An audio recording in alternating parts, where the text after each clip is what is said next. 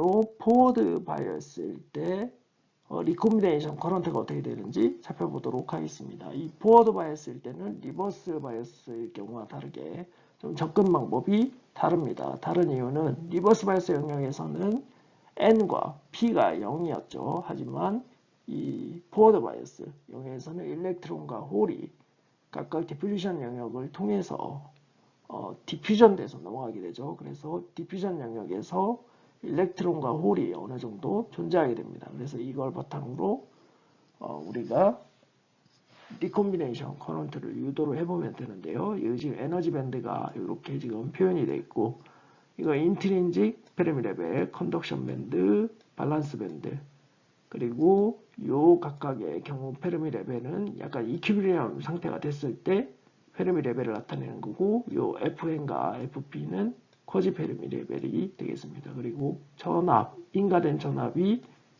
요 페르미 레벨 사이에 나타난다는 걸 알고 있죠. 그리고 X가 0인 곳이 중심이라고 생각을 하고, 이때는 전자와 홀의 농도가 같다고 가정을 합니다. 그래서 이거를 바탕으로 리콤비네이션 레이트를 살펴보면 각각 전자와 홀의 농도가 1대1인 곳인 센터 X는 0에서 가장 높은 리콤비네이션 레이트를 보이고, 중심에서 멀어질수록 리콤비네이션 레이트가 감소하는 걸 알 수가 있습니다. 이걸 바탕으로 한번 수식적으로 리콤비네이션 커런트가 어떻게 되는지 살펴보죠. 일단 전자의 농도, 홀의 농도는 각각 위치에 따라서 전자의 농도, 홀의 농도는 ni exponential fn-ei 나누기 kt로 표현이 되고요. 여기서 fn은 쿼지 페르미 레벨입니다. 그리고 홀 농도의 경우는 ni exponential fp 나누기 kt가 되는 걸 알 수가 있습니다. 그리고 이 각각을 다 더했을 때 값이 E 곱하기 VA, 즉 인가된 전압이라는 걸 알 수가 있죠. 요 합이 지금 각각 이것과 이것의 합이라는 겁니다. 그러면 우리가 X는 0인 기준에서 살펴보면 Fm-EI와 EI-FP는 2분의 Q가 아니면 E네요. EVA가 되는 걸 알 수 있습니다. 이 X는 0에서 전자의 농도와 홀의 농도를 살펴보면 이렇게 표현이 되는 걸 알 수가 있죠. 지금 Fn-EI 그리고 EI-FP 대신에 2분의 QA를 집어넣은 겁니다. 그래서 NI exponential EKT분의 EVA가 되는 걸 알 수 있고, 각각 텀이 똑같은 걸 알 수가 있죠. 이건 이제 전자 농도와 홀의 농도가 X는 0에서 같기 때문에 그런 거고요.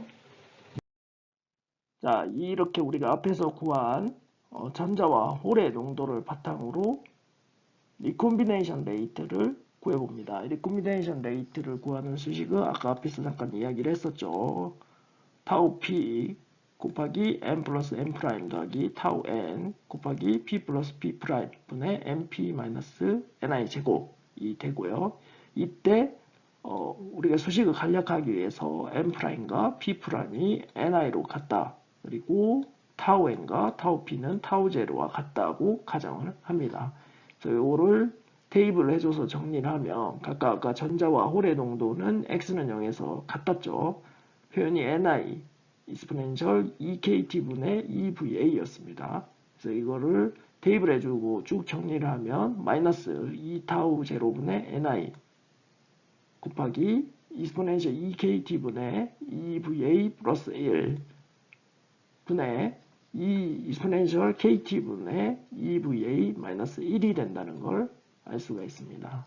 이 상태에서 우리가 스몰 포워드 바이어스를 가해주면 Q분의 KT보다 VA가 훨씬 크죠. 이렇게 되면 분자에 있는 마이너스 1텀, 분모에 있는 마이너스 1텀이 무시할 수 있게 됩니다. 그리고 이 분자와 분모를 나눠주면 결국 exponential KT EVA 마이너스 EKT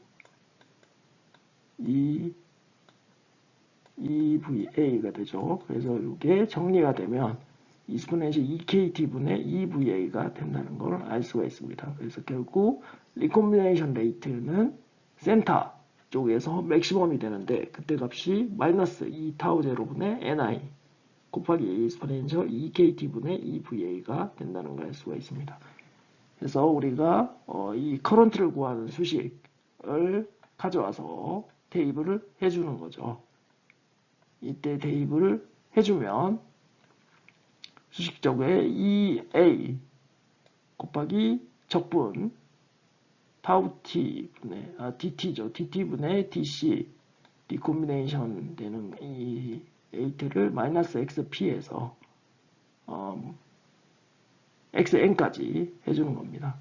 그래서 이 값을 이렇게 대입을 해주면 마이너스가 상쇄돼서 플러스가 나오고요. 그 다음에 이거를 x에 대해서 적분해주면 디플리션 위스가 나오게 되죠. 그래서 수식이 이렇게 정리가 됩니다. 여기 상태에서 이 앞에 있는 상수들을 IR0, 리콤비네이션, 커런트 상수 이렇게 정리를 할 수가 있고 이 IR0를 2타우 제로분의 EA, NI, WDP로 표현할 수가 있습니다. 결론적으로 이 스몰 포워드 바이어스에서 리콤비네이션 커런트는 이스포넨셜 EKT분의 EVA에 비례한다는 걸 알 수가 있죠. 따라서 포워드 바이어스가 걸렸을 때 토탈 다이오드 커런트는 디퓨전 커런트 성분 더하기 드리프트 커런트 성분 더하기 공피 병역에서 리콤비네이션 커런트 성분의 합으로 표현이 되고요. 이거를 좀 더 간략화시키면 디퓨전 커런트 성분 더하기 공피 병역에서 리콤비네이션 커런트 성분의 합으로 표현이 될 수가 있습니다. 이 드리프트 커런트 전류는 리버스 바이어스일 때 상대적으로 값이 작기 때문에 이렇게 표현이 되는 거고요. 그래서 토탈 커런트는 I0 이스포넨셜 KT분의 EVA 더하기 IR0 곱하기 이스포넨셜 EKT분의 EVA로 표현이 되고요. 그래서 이거를 좀 간략하게 나타내면 토탈 커런트는 I0 곱하기 이스포넨셜 NKT분의 EV 마이너스 1로 표현을 할 수가 있습니다. 여기서 n은 아이디얼 팩터라고 하고요. 이 값은 1에서 2 사이의 값을 가집니다. 그래서 이게 포워드 바이어스가 많이 걸렸다. 그러면 디퓨전 커런트 성분이 완전히 우세해져서 n이 1 값을 가지고요. 반면에 포워드 바이어스가 상대적으로 작은 값을 가진다. 작은 포워드 바이어스가 걸리면 디퓨전 커런트 성분보다 리콤비네이션 커런트 성분이 우세해져서 N2, 2가 되게 됩니다. 이렇게 되는 이유는 여기 이제 LNJ 수식이 나와 있죠. 그러니까 커런트 덴시티가 Y축으로 나타나 있고 X축이 KT분의 EV로 나타나 있습니다. 여기서 각각 디퓨전 커런트 그래프와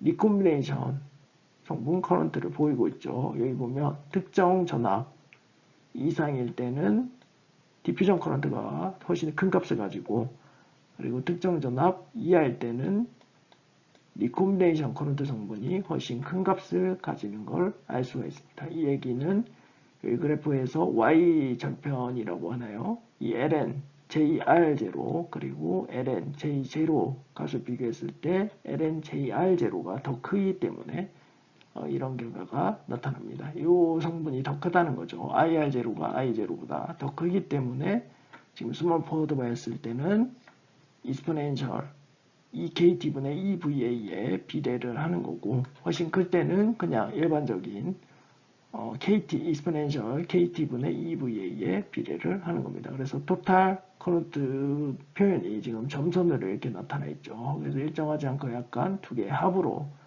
표현이 되는 거고 이걸 나타내기 위해서 아까 말했듯이 아이디얼 팩터를 사용한다라고 이야기를 했습니다. 그리고 리콤비네이션 커런트 성분과 디퓨전 커런트 성분을 ln으로 나타내면 ln JR0 더하기 EKT분의 EVA 그리고 디퓨전은 ln j0 더하기 kt분의 2VA가 되는 걸 알 수 있습니다. 이 얘기는 지금 기울기가 디퓨전은 1이고 리콤비네이션은 2분의 1이라는 얘기가 되는 거죠. 그래서 가까이 기울기가 적혀 있는 상태고요. 만약에 포워드 바이어스가 Q분의 K, 2분의 KT보다 훨씬 크다면 토탈 다이오드는 디퓨전 커런트의 크기에 영향을 받고 이 가해지는 잔압이 인가되면 인가될수록 이 디퓨전 커런트 증가하는 거에 비례해서 토탈 커런트가 증가합니다. 이때 비례를 해서 증가하는데 어떻게 증가를 하냐? 바로 익스포넨셜하게 증가를 하는 거죠. 여기까지가 우리가 각각 디퓨전 영역에서 제너레이션, 리콤비네이션 커런트를 살펴본 거고요. 그래서 지금 여기 보면 룸 템퍼러처 25도 상온에서 리콤비네이션, 제너레이션 커런트를 특정한 결과로 보여주고 있죠. 여기 지금 하늘색이 아이디어란 경우를 나타내는 건데 실제로 측정을 해보면 지금 리버스 바이어스에서 훨씬 큰 전류값이 나오는 걸 알 수가 있고요. 이거는 제너레이션 커런트 때문이죠. 그리고 포워드 바이어스가 작을 경우에도 기울기가 지금 아이디어인 경우 1인 경우와 다르게 좀 작은 기울기가 나오는 걸 알 수 있죠. 이거는 리콤비네이션 커런트 때문에 그렇다는 걸 알 수가 있습니다. 자, 제가 만약에 이걸 시험에 출제를 한다 그러면 정확하게 리콤비네이션 커런트가 리버스 바이어스에서 일어나는지 포워드 바이어스에 일어나는지 명확하게 이야기를 해야 됩니다. 지금 정확하게 얘기하면 리버스 바이어스에서는 제너레이션 커런트가 일어나는 거고요. 그 다음에 스몰 포워드 바이어스에서는 리콤비네이션 커런트가 발생을 하는 겁니다.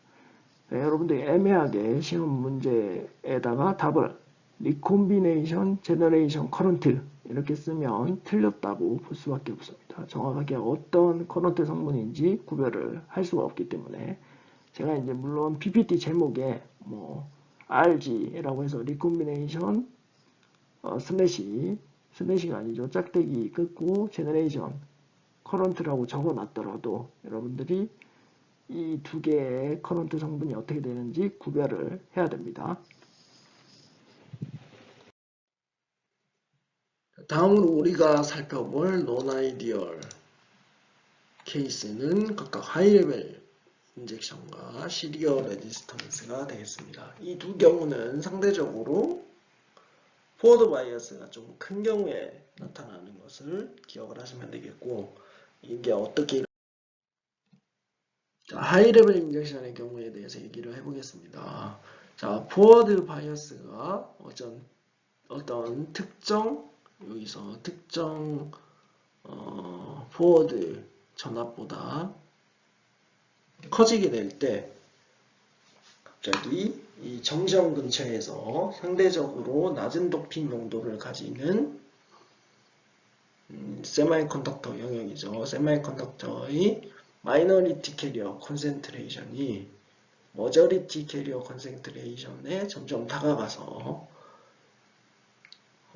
머저리티 캐리어 농도보다 더 높은 값을 가질 경우를 얘기하는 겁니다. 그럼 이러한 경우를 하이레벨 인젝션이라고 하고 이와 같은 그림 현상을 보이게 되는 거죠. 이때 머저리티 캐리어도 마이너리티 캐리어를 따라가서 농도가 올라가는데 이거는 차지 뉴트럴리티 때문에 그런 겁니다. 그래서 좀 더 쉽게 얘기를 하자면 하이레벨 인젝션은 디퓨전에 의해서 넘어오는 마이너리티 캐리어 콘센트레이션이 머저리티 캐리어 콘센트레이션을 뛰어넘었을 때 발생하는 현상이라고 보면 되겠고요. 이 경우에는 IV 커브에서 로그 스케일의 경우죠. 로그 스케일의 경우에 슬롭을 다운시키게 됩니다. 그러니까 디퓨전 커런트는 이 슬롭이 1인데 하이레벨 인젝션이 일어나면 이 슬롭이 2가 되게 되는 거죠. 마지막으로 시리즈 레지스턴스에 의한 논아이디얼 케이스에 대해서 얘기를 해보겠습니다. 아이디얼 케이스는 이렇게 n은 1로 해서 이렇게 쭉 올라가야 되는데 그것보다 상대적으로 작은 전류가 흐르는 것을 알 수 있습니다. 이런 현상은 하이레벨 인젝션이라고 하고 우리가 아이디얼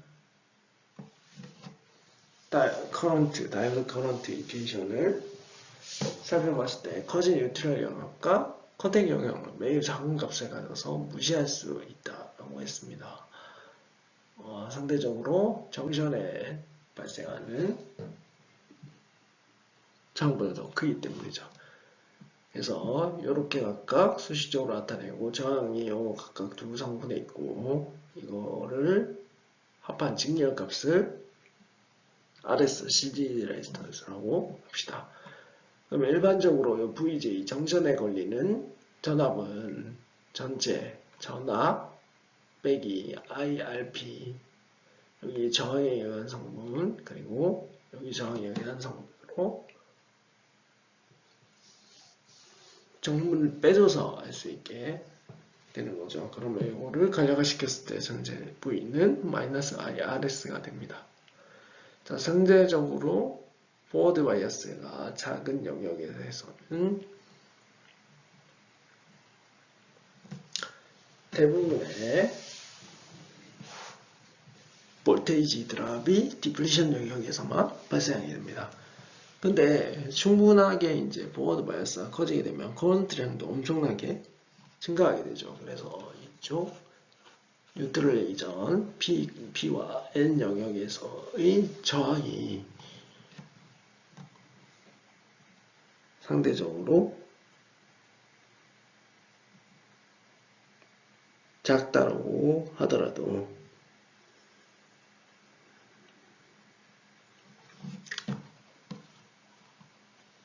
볼테이지 전압, 이 시리즈 레지스턴스에 의한 볼테이지 전압 강화를 무시할 수 없게 됩니다. 그래서 상대적으로 커런트량이 작을 경우에는 I는 I0 익스포넨셜 EV 나누기 KT가 되는 거고 여기서 V가 정전에 걸리는 전압이 되겠습니다. 요거를 하이 커런트에서 계산을 해보자면 V 대신에 V-IRS 즉 I는 커런트고 RS는 시리즈 레지스턴스죠. 이런 식으로 나타나게 돼서 총 커런트량이 이렇게 적어지게 되는 겁니다.